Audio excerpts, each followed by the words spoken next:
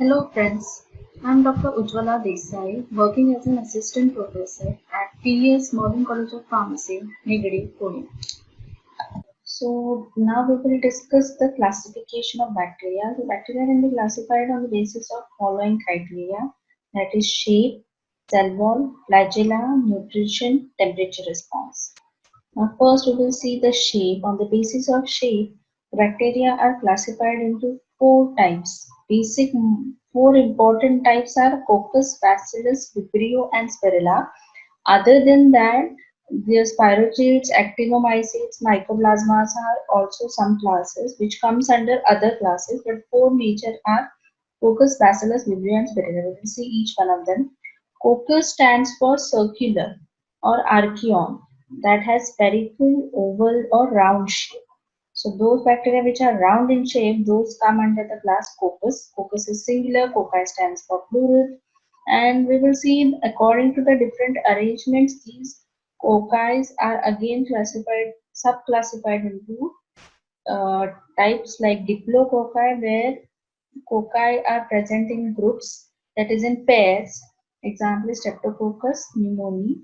And Staphylococci, these are grape-like structures of cocci.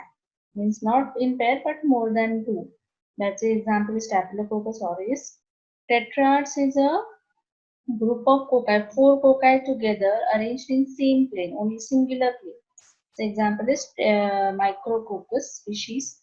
Sarcina is what? It is a again group of bacteria or group of cocci together, that is 8 cocci together and in a cube-like arrangement. Means more than one plane it is present, so that is Sarcina. And example is Sarcina ventriculi. Then Streptococci is chains of cocci, singular chains. An example is Streptococcus pyogenes. So here you can see this is a singular coccus. Diplococcus means in pairs. Staphylococcus means grape-like structure in many but in one plane. Streptococci means chain of cocci. Sarcina means 8 cocci in two planes. And tetrad is in singular plane 4 cocci.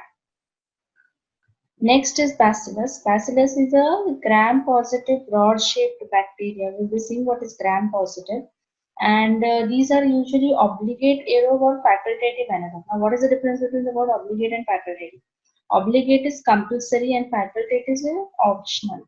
So, they are compulsorily aerobe, that is, they require oxygen for their growth. And but in absence of oxygen, they can also grow. So, that's why it is called as facultative anaerobe. Now, these are the arrangements of bacillus. Again, Coccobacillus is what? Usually, bacillus stands for rod shape. Okay, if any bacilla which is rod in shape, that's why it is called as bacillus. Coccobacillus is rod in oval shape. That is somewhat spherical but somewhat oval. So that's why it is called as Coccobacillus. Bacillus here you can see it is complete rod shape. Two bacillus together with this one in pair, that is Diplobacillus. Palisades means clusters of bacillus, and Streptobacilli stands for the chain. So there are some terms which are popular. Diplo means two, Strepto means chain. So that these prefixes remain common in all the cases. Only the suffix change according to the shape. So bacillus stands for rod. So that is why the suffix will change. If it is circular, it will form cocci. Next class is Vibrio. Vibrio is gram-negative bacteria. Vibrio stands for comma, rod-shaped comma. So now here you can see these are rod-shaped and they have a flagella. Okay, means this is a rod shape but in comma shape, not a straight rod. Are you getting? So that's why it is called as Vibrio, and all members are motile and have flagella. Next class is Spirilla. Spirilla stands for spring-like structure. So here you can see these are spring-like structures. That's why it is called as helical shaped bacteria. Again, in Spirilla, there are two types, Spirillum and Spirochete. Spirillum example is Campylobacter jejuni and Spirochete is Treponema pallidum, which causes syphilis. Now, on the basis of cell wall, again the gram-positive bacteria, there are two types of bacteria, gram-positive and gram-negative. So, this differentiation has been made depending upon which bacteria can retain the gram state. So Graham was a scientist who prepared a stain where first you use crystal violet stain, and then you apply alcohol to it, then you apply iodine solution, wash it off, and finally again you apply saffron into it. So all those bacteria which appear violet in color are called as gram positive bacteria because they retain the initial stain, that is the primary stain, and all other bacteria which do not retain the stain and they appear pink, because they retain the saponin stain, those are known as gram-negative bacteria. Now, this differentiation occurs due to the cell wall composition. So, we will see first of all what is present in gram-positive bacteria. Now, gram-positive bacteria are made up of layers of peptidoglycans which are thick and rigid. Now, what is this peptidoglycan made up of? It contains diaminopyruvic acid, which is also called as DAP, uramic acid, and teichoic acid together. So three acids, diaminopimalic acid, uramic acid, and teichoic acid together form together form peptidoglycan. Then again this peptidoglycan is divided into three parts. First of all, it has an alternating N-acetyl glucosamine and N-acetyl uramic acid backbone. Then this backbone is again attached to a tetrapeptide side chain of N-acetyl acid, and again there is a pentapeptide cross bridges in between them. So this structure whole forms the peptidoglycan. Now, in case of gram-negative bacteria, as I've already discussed, they appear pink in color, sorry, due to the stain safranin under microscope. Now, these gram-negative bacteria, they possess peptidoglycans, but very few layers of peptidoglycans, and they are majorly made up of lipopolysaccharides. Okay, that is lipoproteins and phospholipids. The peptidoglycans remain bound to the lipoprotein of the membrane. Means these peptidoglycans, there is combination of both lipopolysaccharides and peptidoglycans. So peptidoglycans, but they are present in small portion. There are channels made up called as chorions, okay, which has been made from pores. So these channels, they help in permeability of food, nutrition, water, vitamin, B12, and iron. So these channels are present only in gram-negative bacteria. They are absent in gram-positive bacteria. So here is a difference in structure of gram-positive, gram-negative. Here you can see in gram-positive, the peptidoglycan layer is larger one, and cell membrane is smaller. It is complete peptidoglycan. Whereas in gram-negative bacteria, here you can see that there is a peptidoglycan small layer, then there is a lipoprotein layer, and finally that is a lipopolysaccharide layer. And these are the surface proteins. Now, number of layers. So in gram-positive, there is only one layer. In gram-negative, two layers. Thickness. Obviously, gram-positive is thick, 20 to 80 nanometer. Yet is thin, 8 to 10 nanometer.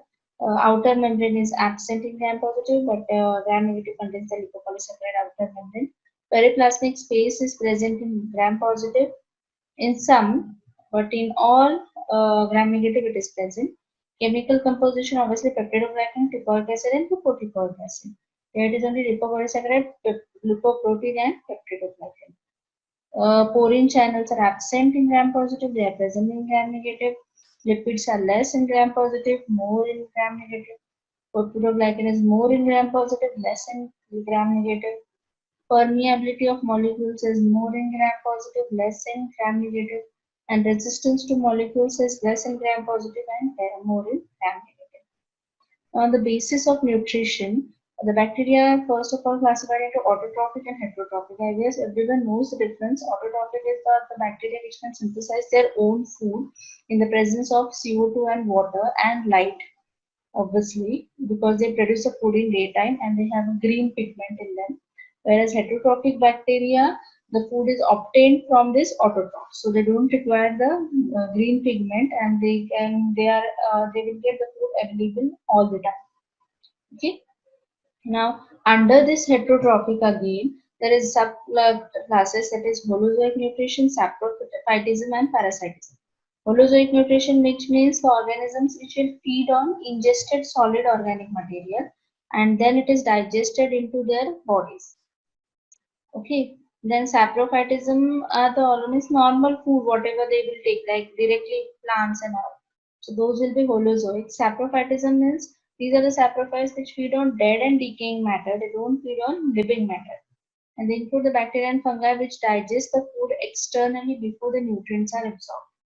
Okay, nutrition absorption takes place later and externally digestion takes place. Here the digestion takes place internally in holozoic nutrition. And in parasitism, it obtains the nutrients from living organisms, and the parasite obtains the nutrients by living on or in the body of the host. Example is fleas, lice, and tapeworms. Okay. And there is one more class which I haven't included this slide, but there is one more class depending upon the temperature. So the bacteria can be classified into three classes: psychrophiles, mesophiles, and thermophiles. Psychrophiles are the bacteria which can live in lower temperatures, that is up to minus 15 degrees Celsius, 0 to 15 degrees Celsius. Then mesophiles are the bacteria which can live up to 25 degrees Celsius, and thermophiles are the bacteria which can live at a temperature of around 70 to 80 degrees Celsius. Actually, 70 to 80 is a hypothetically it is said, but usually up to 60-65 degrees Celsius, these bacteria can be sustained. So those are known as thermophiles. Thank you. So here we have completed the classification of